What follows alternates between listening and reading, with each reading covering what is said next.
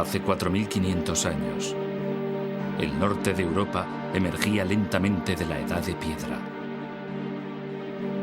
En el Mediterráneo, Grecia y Roma aún no habían empezado a echar raíces.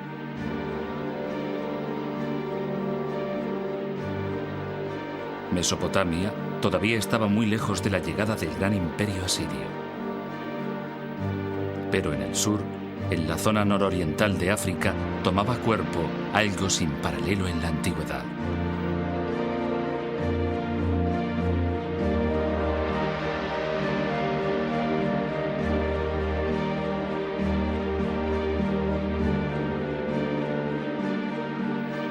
A orillas del Nilo, en Egipto, surgieron 3 pirámides colosales, 3 monumentos levantados por la civilización más duradera que ha existido en el mundo.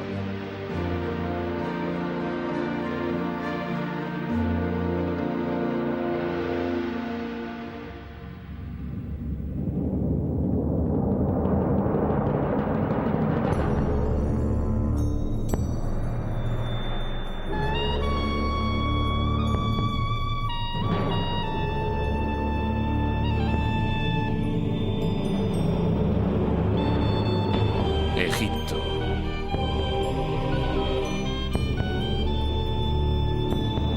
Del caos a los reyes.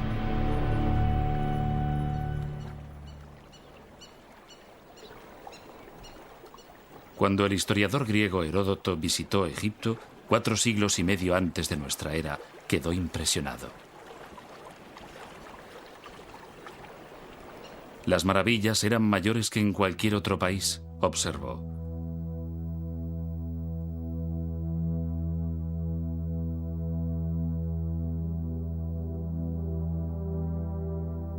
Había pirámides más altas que cualquier construcción levantada en el mundo.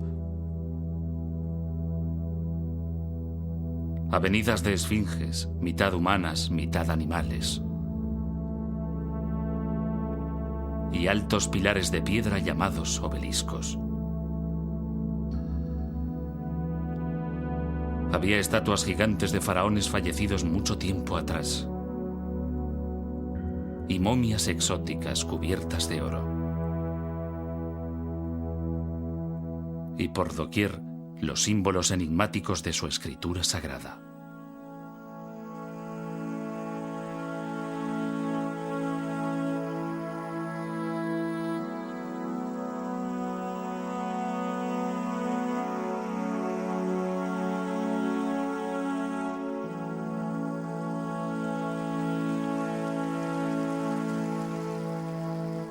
Aquí, llegada de los abismos del tiempo, había una civilización que había florecido durante más de 3000 años.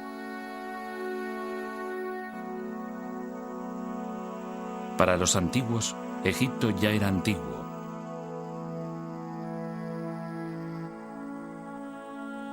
Cleopatra, que reinó en el siglo I antes de nuestra era, está cronológicamente más cerca de nosotros que de los faraones que levantaron las pirámides.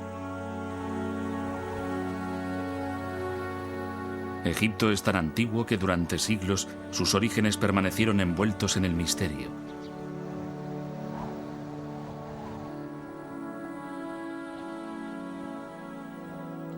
Incluso los propios egipcios no tenían una idea precisa de su antigüedad ni de su origen.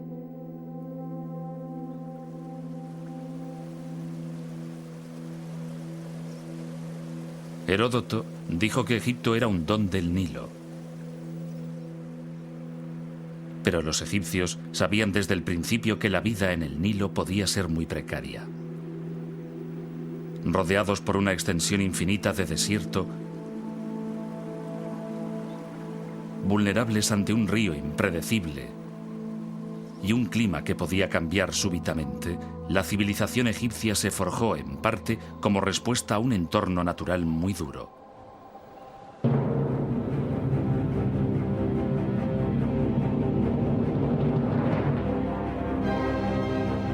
Los egipcios lo llamaban caos. Acechando en la oscuridad, había fuerzas poderosas que esperaban ser liberadas.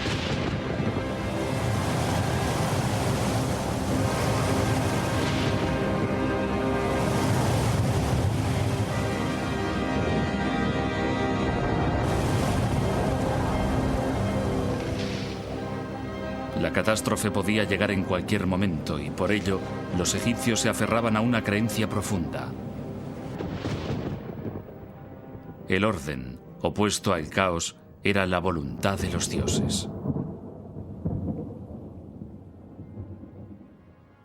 Para mantener el orden y dominar el caos, los egipcios imaginaron un rey que era un dios vivo, la manifestación terrestre de Horus, el halcón, el gobernante de los cielos. Enfrentado a él estaba el dios del desgobierno, Set, el precursor del caos. El eterno conflicto entre orden y caos guiaría, finalmente, el destino de la civilización egipcia. Pero la verdadera historia de lo que ocurrió se desvaneció con el paso del tiempo.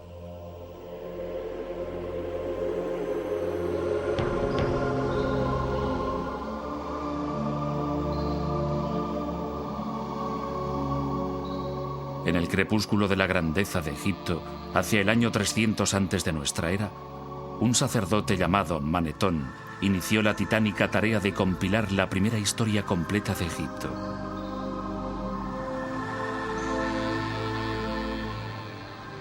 Pudo haber sido un reto desalentador, pero en las bibliotecas de los templos y en los muros de los lugares más sagrados de Egipto ya se habían escrito algunos volúmenes.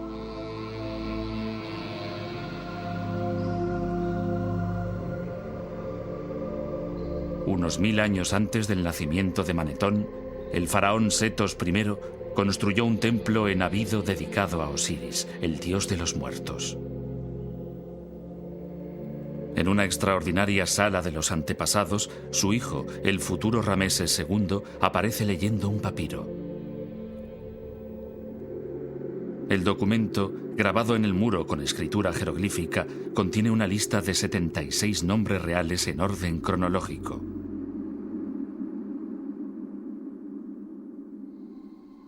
Cada nombre está rodeado por un estilizado anillo de cuerda. Este símbolo, llamado por los egiptólogos cartucho, identifica a un faraón.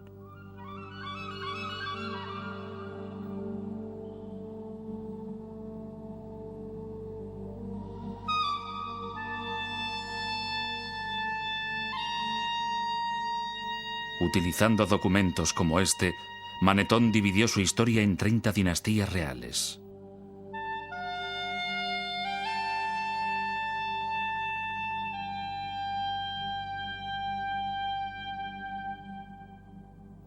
El rey Menes fundó la primera dinastía egipcia hacia el año 3100 antes de nuestra era. Según Manetón, reinó 62 años, durante los cuales expandió las fronteras de Egipto y adquirió una notable fama antes de ser arrollado por un hipopótamo.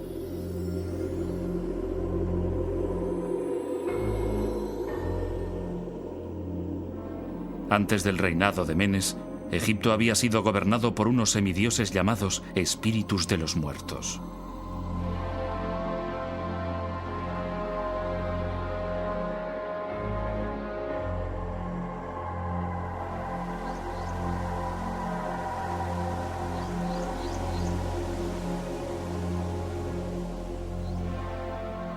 Pero sus nombres se habían perdido en el olvido hacía mucho tiempo. ¿Eran los espíritus de los muertos historia o mitología? ¿Dónde empezó en realidad la civilización egipcia? Irónicamente, no comenzó en las orillas del Nilo.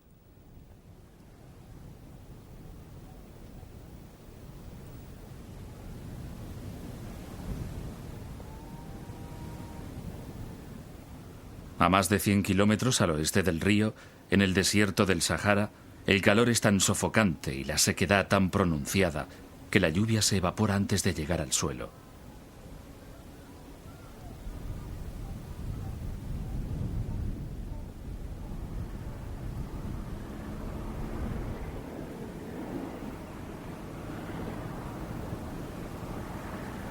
Aquí, en este paisaje desolado, vivió una tribu de nómadas que pudieron haber sido los antepasados de los faraones.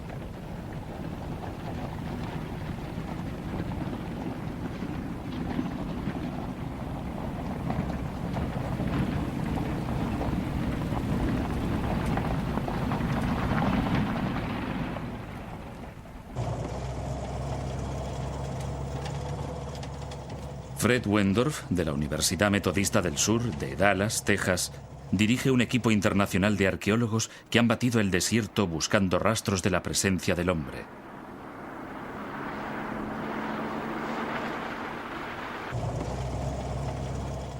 En 1974 localizaron un antiguo asentamiento en el borde de una depresión poco profunda que llamaron Playa Napta.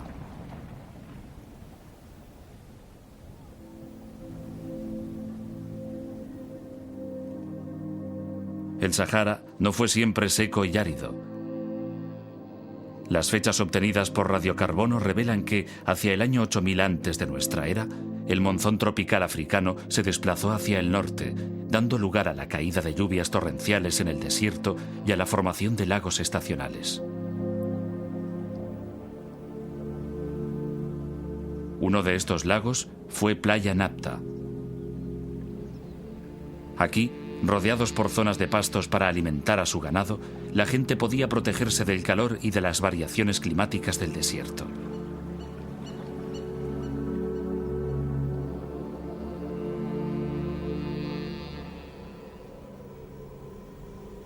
Pero la lluvia era impredecible, y sin ella el lago se secaba. 3 días sin lluvia señalaban el paso de la vida a la muerte.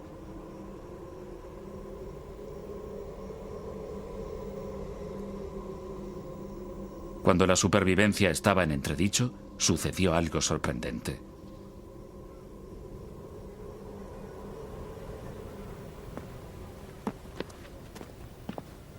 El codirector de la expedición, Romuald Schill, de la Academia Polaca de Ciencias, descubrió un pequeño círculo de piedra, un Stonehenge en miniatura, pero 2000 años más antiguo. En su opinión, pudiera haber servido para predecir la llegada de la estación de las lluvias. Este humilde montón de piedras que se ve aquí es, en realidad, uno de los calendarios más antiguos que conocemos. Consistía en un anillo y 2 alineaciones de piedras verticales que yo llamo puertas. Pueden verse aquí y allí, y una de las alineaciones señala exactamente el norte. La otra, que se ve aquí, orientada en esta dirección, señala la posición del Sol el 21 de junio. Este día comienza el verano, comienza la estación de las lluvias en esta franja de África.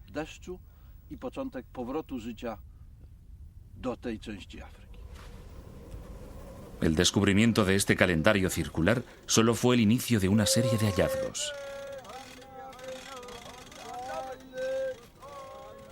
Cerca de allí se encontraron varias piedras colocadas formando círculos que marcaban la situación de hoyos profundos.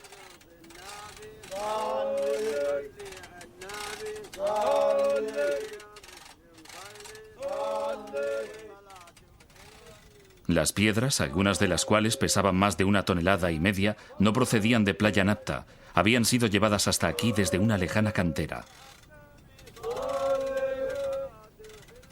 Para los habitantes del desierto, transportar grandes piedras y levantarlas era algo que requería un inmenso esfuerzo y mucha organización.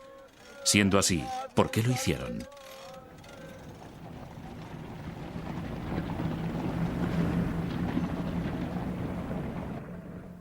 Fred Wendorf cree que podrían señalar la posición de tumbas de personajes importantes u honrar a sus espíritus. Tal vez la tumba de alguien con suficiente poder para interceder ante los dioses y atraer la lluvia. Uno de los objetos más imponentes fue hallado en este hoyo, tal vez la última morada de un caudillo o un gobernante. A primera vista parecía un bloque normal, pero cuando Wendorf lo examinó con más detalle, resultó ser una escultura primitiva.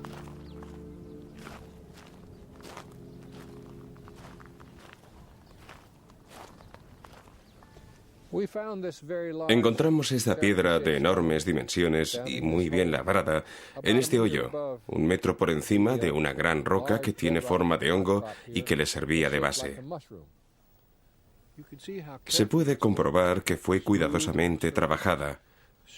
Las superficies fueron perfectamente pulidas y las aristas afiladas. También se aprecia que sabían cómo controlar el tamaño del bloque haciendo las incisiones que se ven en esta cara. Después, mediante una cuña, quitaban los pedazos sobrantes en los lugares exactos que querían. Es un ejemplo impresionante de piedra labrada y podría señalar el inicio de la fascinación de los egipcios por los trabajos con grandes piedras.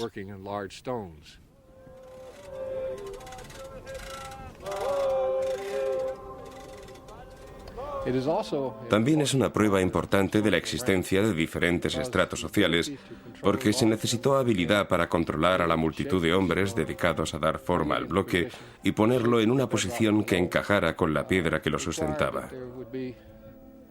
Para ello fue necesario que un gran número de hombres trabajara durante un largo periodo de tiempo, lo cual indica que quien los mandaba tenía una categoría superior a la de los demás. Aquí, hace 7000 años, los primeros y toscos monumentos de Egipto surgieron del desierto para honrar a un rey caído y para llevar orden al caos.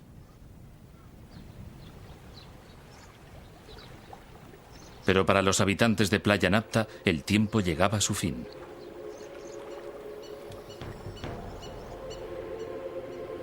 Hacia el año 5000 antes de nuestra era, el monzón de verano volvió a cambiar de ruta, dirigiéndose ahora hacia el sur. La lluvia finalmente cesó y los oasis, como el de Playa Napta, se secaron para siempre.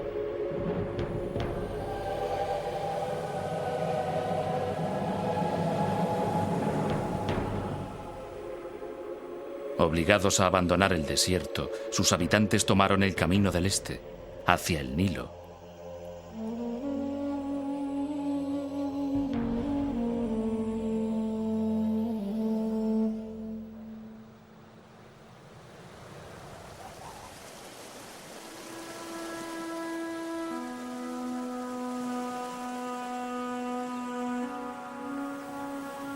El Nilo es la sangre que da vida a Egipto.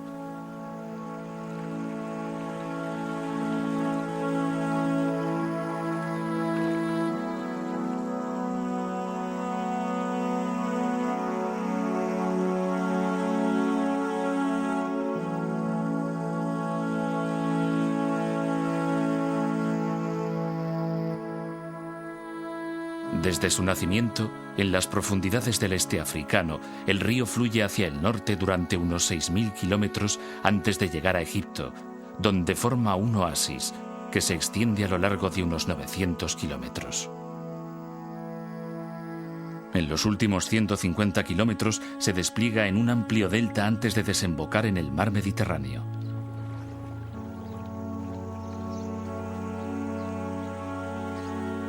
Para la historia egipcia, el Nilo fue a la vez una bendición y una maldición.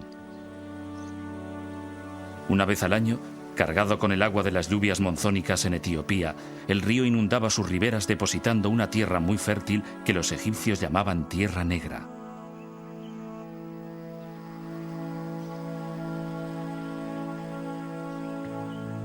Sin el río, Egipto sería estéril.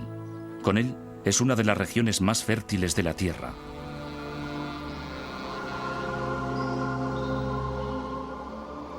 Pero en el pasado, el río era tan impredecible como la lluvia en el desierto. Una crecida demasiado alta podía arrasar aldeas. En cambio, si era demasiado baja, ocasionaba hambre. Para escapar del caos de la incertidumbre, los egipcios idearon el primer calendario del mundo basado en 3 estaciones de 4 meses cada una. Es el modelo del calendario que utilizamos en la actualidad. Pero entonces no estudiaban el tiempo, estudiaban el Nilo.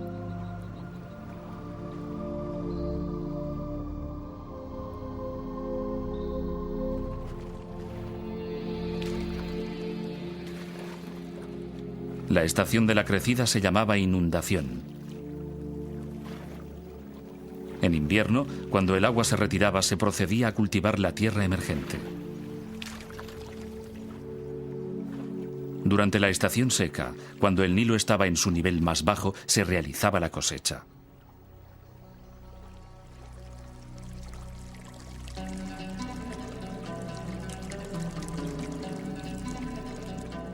Trabajando unidos, los egipcios abrieron pozos, levantaron diques para proteger sus aldeas y desarrollaron los rudimentos de la geometría para volver a establecer, después de cada inundación, las lindes de sus propiedades.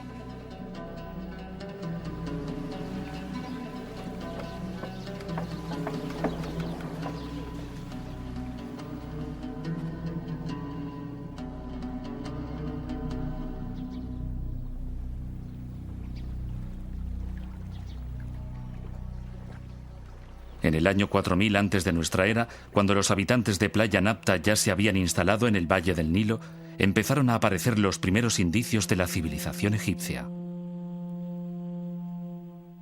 Alfarería bellamente decorada. Paletas en forma de animales para mezclar cosméticos.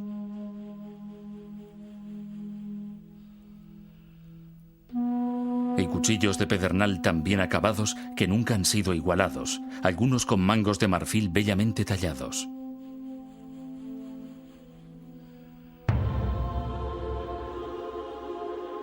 Gradualmente, entre los años 4000 y 3000 antes de nuestra era, emergieron dos poderosos reinos.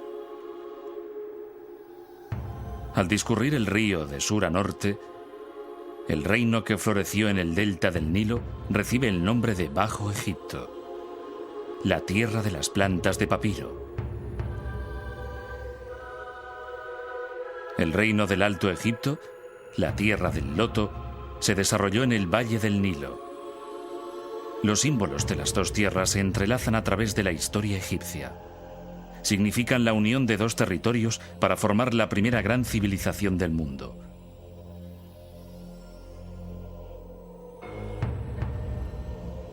Lo que ha desconcertado largo tiempo a los arqueólogos es cómo y cuándo tuvo lugar esta unificación. René Friedman, de la Universidad de California en Berkeley, y sus colegas están buscando pistas de ello en la antigua capital del Alto Egipto.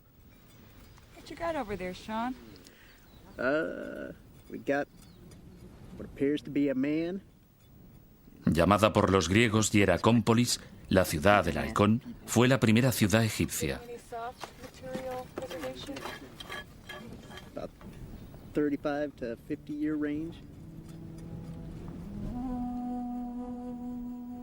Sus monumentos y construcciones desaparecieron hace tiempo. En su lugar se encuentran por doquier agujeros abiertos por los ladrones. Hace un siglo, los arqueólogos creyeron que todo lo que quedaba en el desierto era un cementerio saqueado y que no valía la pena excavarlo. No podían imaginarse que en la arena se escondía una gran riqueza de nuevas informaciones.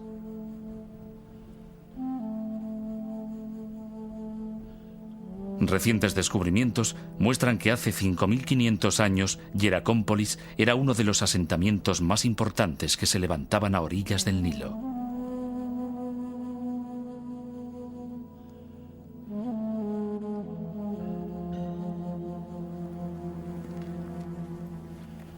Tenía unos 3 kilómetros de longitud y era una comunidad bulliciosa de agricultores, administradores, artesanos y alfareros.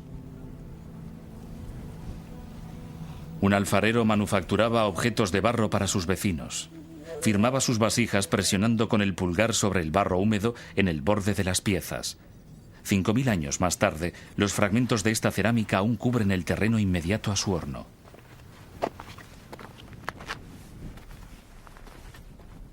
A causa de un grave accidente, todavía es posible identificar su casa. Estos son los restos de la casa del alfarero. En todo Egipto es la casa más antigua que se ha conservado y su buen estado de conservación se debe a que el alfarero trabajaba demasiado cerca de su vivienda. Por fortuna nuestra y desgracia suya, cierto día un cambio de viento hizo que el fuego del horno superara la corta distancia que había hasta su casa y la incendiara. El fuego quemó y endureció el limo y el adobe que formaban la parte inferior de la casa. reduciendo las vigas y las esteras de sus paredes al carbón y a las cenizas que vemos aquí.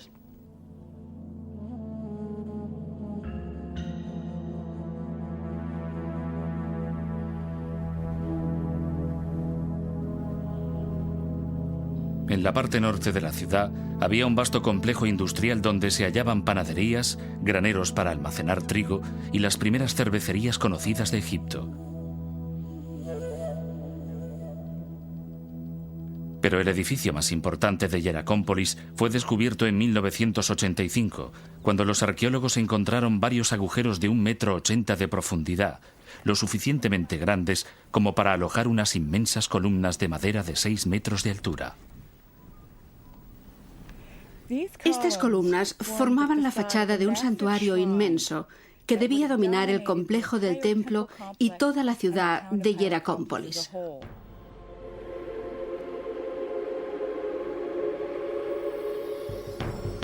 Es el primer templo conocido de Egipto.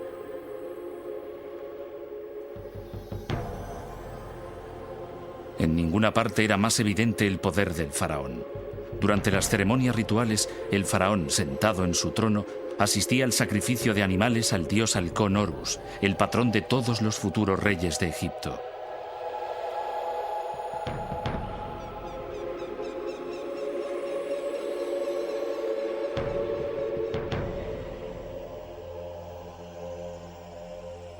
Pensado para recordar la silueta de un animal agachado con cuernos y una cola, el templo estaba ricamente decorado con esteras de colores y pilares, tal vez hechos con cedros importados del Líbano.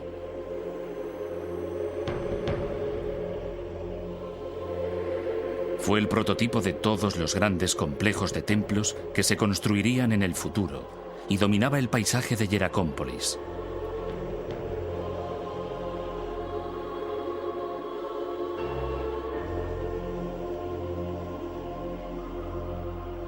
Pero a la ciudad del halcón le salió una rival en Buto, la capital del Bajo Egipto.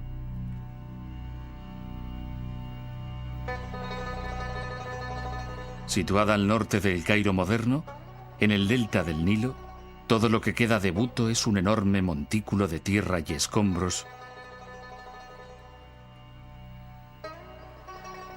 Y estas piedras y estatuas que datan de 2000 años después.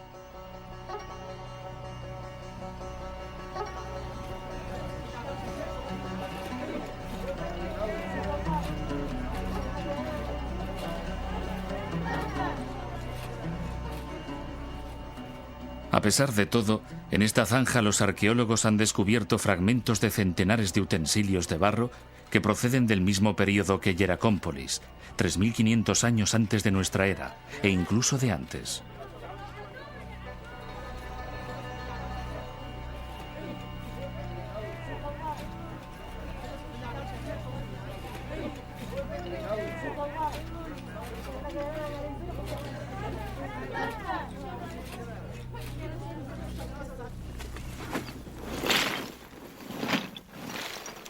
Dina Faltings, del Instituto Arqueológico Alemán, es la responsable de la excavación y una experta en el estudio de cerámica antigua. Reuniendo fragmentos y comparándolos con la cerámica de Hieracómpolis, realizó un descubrimiento sorprendente.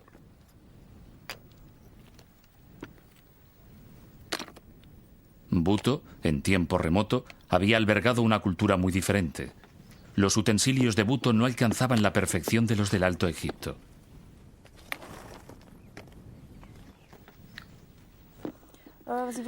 Tenemos aquí una vasija de cerámica formada por una base y unas láminas verticales dispuestas a su alrededor que simplemente fueron unidas y calentadas superficialmente para fijarlas al conjunto. Se trata de una técnica poco evolucionada. En contraste con esto, tenemos algunas importaciones del Alto Egipto, como esta vasija. Es pequeña y elegante, de mayor calidad. Se observa incluso con el sonido. Las paredes son delgadas y la técnica más depurada.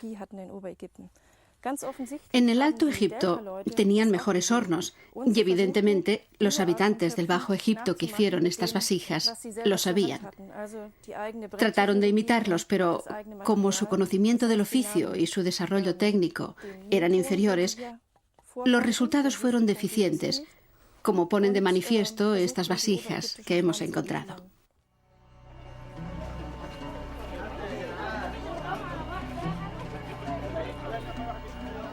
La tarea de Dina Faltings en Buto revela que en el año 3200 antes de nuestra era, la superior cultura del Alto Egipto llegó hasta el Bajo Egipto y los dos reinos se convirtieron en uno solo. Pero, ¿fue una transformación pacífica? ¿O fue sangrienta?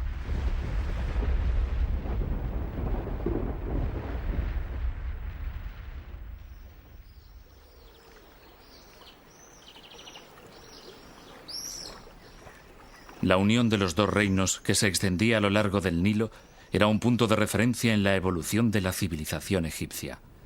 Pero cómo se llegó a ello era una pregunta de difícil respuesta. Todo lo que tenían los arqueólogos para basar sus teorías era un objeto encontrado en Hieracómpolis en 1898. Esta exquisita paleta ceremonial de pizarra data aproximadamente del año 3100 antes de nuestra era. Está dedicada a un rey del Alto Egipto llamado Narmer, que algunos creen que fue el legendario rey Menes, el primer faraón de Egipto. En una de sus caras, Narmer, tocado con una corona acabada en forma de bulbo, está a punto de golpear a un prisionero en presencia de Horus, el dios halcón de Hieracómpolis.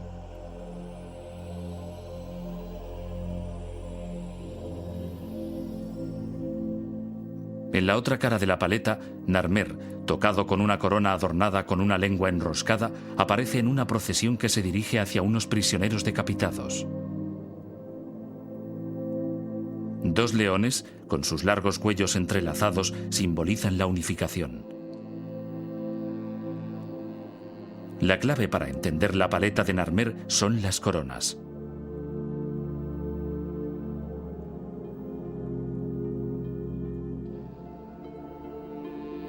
En el Alto Egipto, el rey llevaba una corona blanca con el extremo superior en forma de bulbo. En el Bajo Egipto, una corona roja con una larga y prominente lengua. Juntas forman una doble corona que significa que el faraón se ha convertido en el señor de las dos tierras.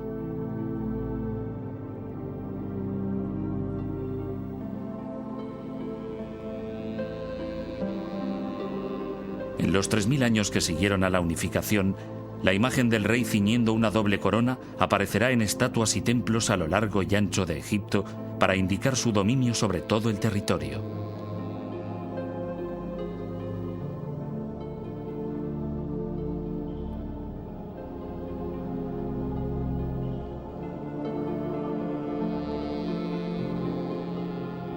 La paleta de Narmer parece confirmar que la unificación se llevó a cabo después de una conquista sangrienta.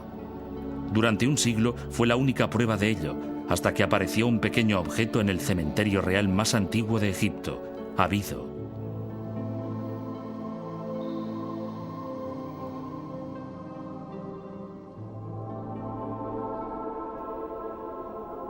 Considerada la última morada de Osiris, el rey de los muertos, el suelo está literalmente cubierto por fragmentos de cerámica, restos de las ofrendas a uno de los más importantes dioses de Egipto.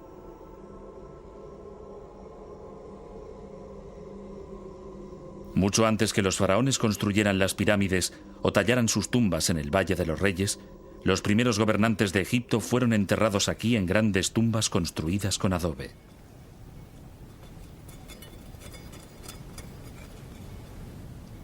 Cuidadosamente estudiado a finales del siglo pasado y comienzos de este, se creyó que el cementerio de Abido había desvelado todos sus secretos hasta que en 1977 el arqueólogo alemán Günther Dreyer volvió a excavar en el emplazamiento.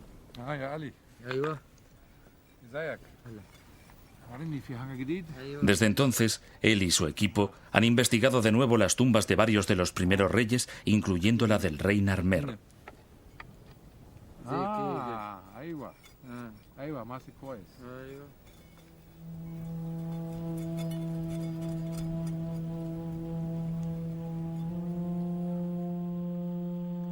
Dreyer se emocionó ante el descubrimiento de una etiqueta de marfil.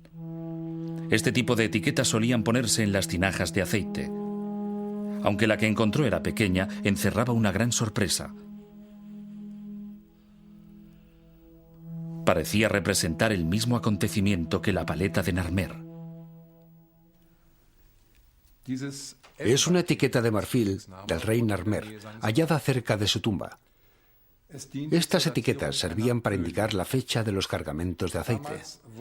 En aquella época, las fechas se indicaban con los nombres de los años y estos nombres se elegían basándose en los acontecimientos más importantes del año correspondiente. En este caso, es una victoria del rey Narmer sobre los pueblos del delta. Y obviamente es el mismo acontecimiento representado en la paleta de Narmer. De ello podemos concluir que la paleta de Narmer hace referencia a un hecho histórico que tuvo lugar en un año determinado. Pero la etiqueta es solo una pieza de un rompecabezas. Otro descubrimiento realizado en Abido sugiere que el proceso de unificación había empezado mucho antes del reinado de Narmer, por lo menos 5 generaciones antes. Bajo estos montículos de escombros, Dreyer encontró las tumbas de los reyes de una desconocida dinastía anterior que ahora los egiptólogos llaman la dinastía Cero. En las tumbas había otras etiquetas, algunas incluso más sorprendentes que la primera. Aquí, grabada en marfil, estaba la prueba clarísima de que los egipcios habían elaborado un sistema de escritura totalmente desarrollado, no solo antes de lo que se pensaba hasta entonces, sino incluso antes de que lo hicieran los sumerios en Mesopotamia, a los que se consideraban los primeros en producir un lenguaje escrito. La primera escritura sumeria, que vemos aquí, era un sistema de contabilidad formado por sencillas imágenes y números. La escritura egipcia ya contenía signos que correspondían a sonidos, como los alfabetos modernos. Todos los signos jeroglíficos de estas etiquetas representan sonidos. La serpiente representa el sonido Y. Junto a 2 triángulos forma la palabra Yu, que significa montaña. Estos símbolos significan las montañas de la oscuridad y se refiere al oeste, el lugar por donde se pone el sol.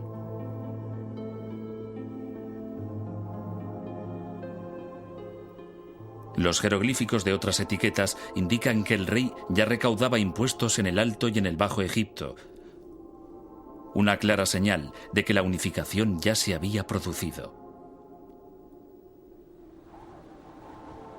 Para consolidar el reino, se construyó una nueva capital en el punto de encuentro del Alto y el Bajo Egipto. Fundada por el rey Menes, que algunos egiptólogos creen que es el histórico rey Narmer, Memphis estaba destinada a ser la mayor ciudad del país.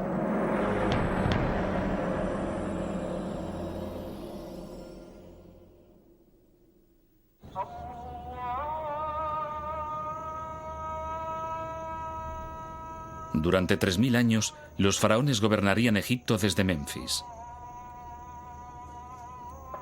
Hoy, de aquella ciudad solo quedan ruinas, pero nada que date de los tiempos del rey Narmer. Los egiptólogos hace tiempo que creen que la antigua capital siempre estuvo situada aquí.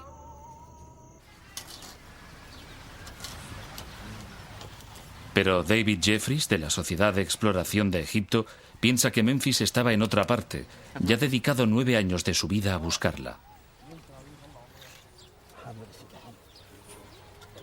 Utilizando una sencilla perforadora manual, tomó una serie de muestras en los campos que hay a 3 kilómetros al oeste de las ruinas. Los sondeos señalaron una importante capa de objetos situada a 3 metros de profundidad. Lo que esperamos encontrar en esta zona, unos metros por debajo de la posición que hemos alcanzado en este momento, es cerámica en el nivel inferior del limo, cerámica del periodo que se sitúa alrededor del año 3000 antes de nuestra era, el periodo de los primeros reyes del Egipto unificado y que representa la fundación de la capital del país en esta zona.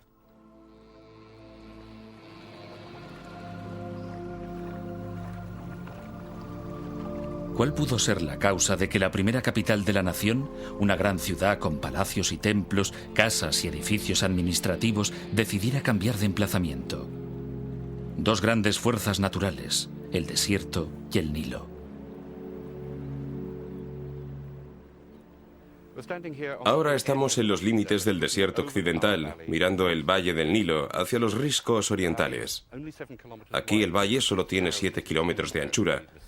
Es tan estrecho como en cualquier otra parte del norte del valle, y lo que creemos haber demostrado, estamos mirando hacia el área donde hemos estado haciendo estos sondeos, lo que creemos haber demostrado es que aquí el río fluía muy cerca de los límites del desierto y que la ciudad se extendía a lo largo del río, exactamente debajo de donde nos hallamos. Y que al llegar la arena del desierto occidental y al mismo tiempo desplazarse el río hacia el este, la ciudad siguió el movimiento del río hasta donde hoy están las conocidas ruinas de Midrashina, a unos 3 kilómetros a través del valle. El caos de los cambios del Nilo, por una parte, y el crecimiento del desierto, por otra, persiguieron a los egipcios durante toda su historia.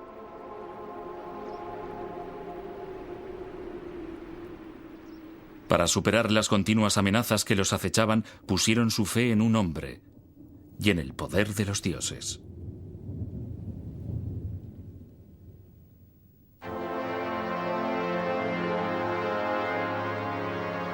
Para protegerse del desastre, los egipcios confirieron a su rey un poder absoluto y le adoraron como a un dios. Solo una divinidad podía hablar con los dioses y solo una divinidad podía alejar el caos. Para mantener el orden, llamado Maat, personificado por una diosa sentada con una pluma en la cabeza, el faraón realizaba rituales diarios. Para apaciguar a los dioses, construía lujosos templos provistos de comida, bebida y otras ofrendas.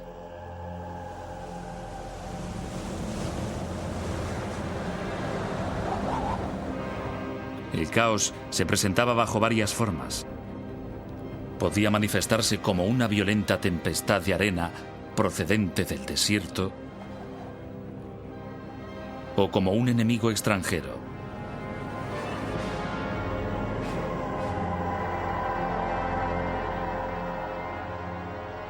A través de la historia egipcia se repite una y otra vez la imagen de los faraones como guerreros triunfantes. Esta de Rameses II se encuentra en un templo construido unos 2000 años después de que Narmer conquistara el Bajo Egipto.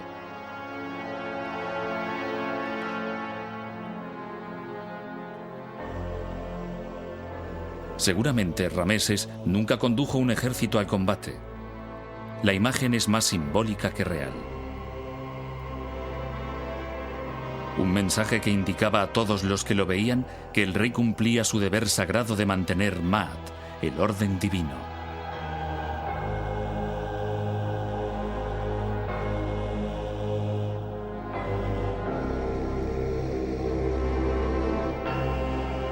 Parece más probable que los faraones supervisaran sus campañas militares a distancia.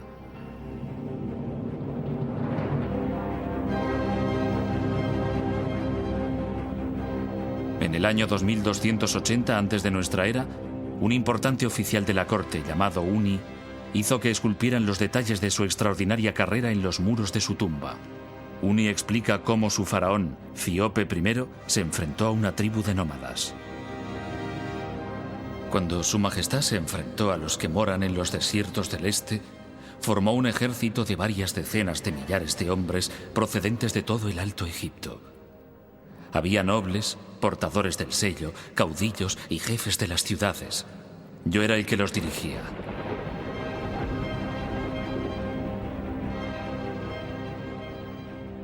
Este ejército volvió sano y salvo. Había asolado la tierra de los moradores de la arena. Había saqueado sus plazas fuertes. Había incendiado sus mansiones. Su Majestad me alabó grandemente por ello.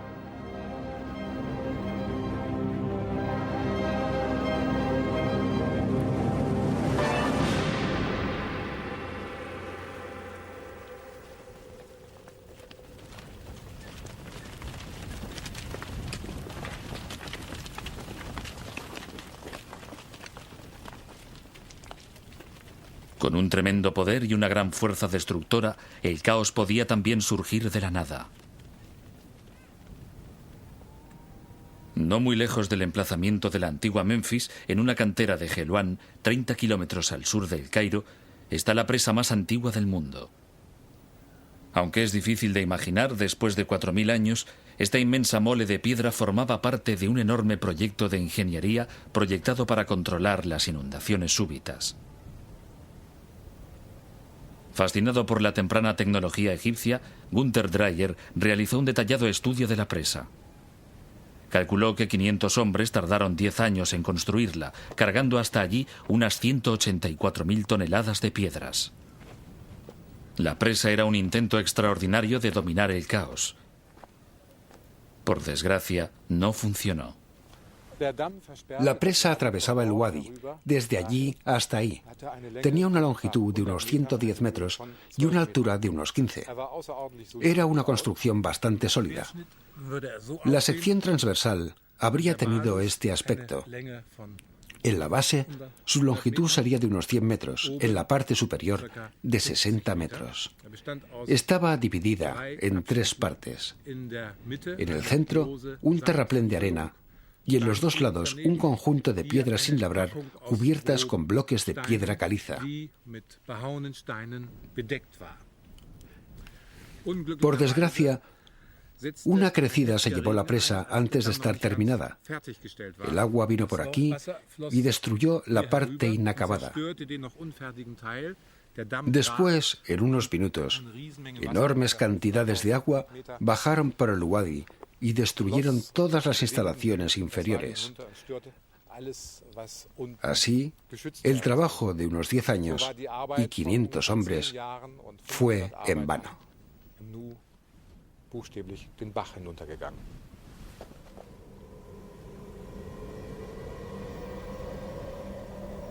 Para los egipcios que la construyeron, el desastre fue una trágica advertencia de lo destructivas que podían ser las fuerzas de la naturaleza y de la necesidad de una vigilancia constante.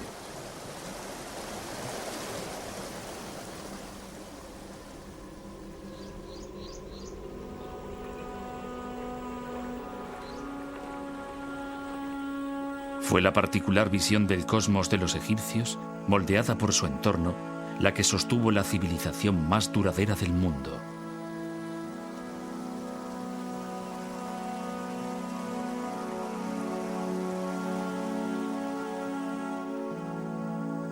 En el centro de todo ello estaba el faraón.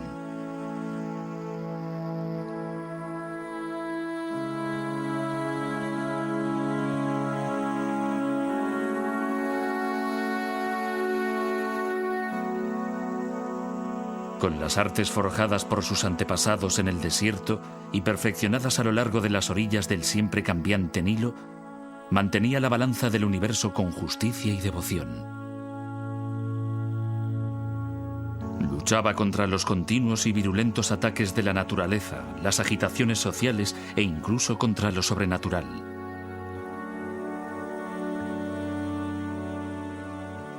Pero al final, había una última batalla contra el caos de la que nadie podía escapar.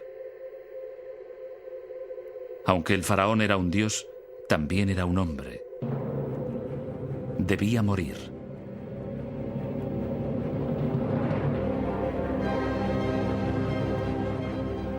Para evitar la calamidad, ordenó a los egipcios que empezaran a acarrear grandes piedras hacia los límites del desierto.